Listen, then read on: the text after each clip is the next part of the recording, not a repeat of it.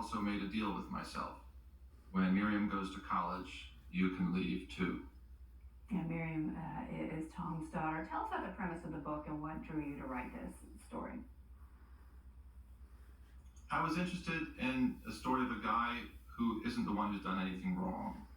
And I wanted to explore how that would play out in their marriage and maybe get him to confront the possibility that his sense that he hasn't done anything wrong is part of the problem.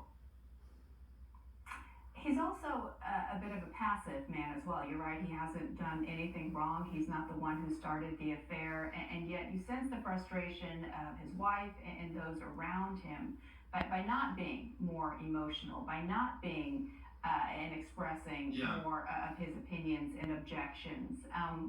Why describe him that way? Well, it seemed an interesting kind of male problem to deal with, the one who doesn't get angry enough, who doesn't intervene enough.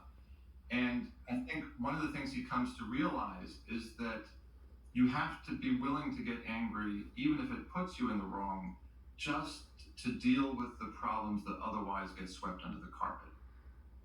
And or in the passenger seat of a car, in this sense, because so much of this book takes place as Tom is on a road trip after dropping his daughter off, as we noted, in college and not returning home, I believe to New Jersey, right? But instead heading out west. Tell us about this, for a reader, it did feel almost like a confessional or as if we were either a passenger in the car alongside Tom. Was that your intent? Yeah, yes. I always want to make the prose sound like the kind of thing you could actually say as opposed to the kind of thing you could only write.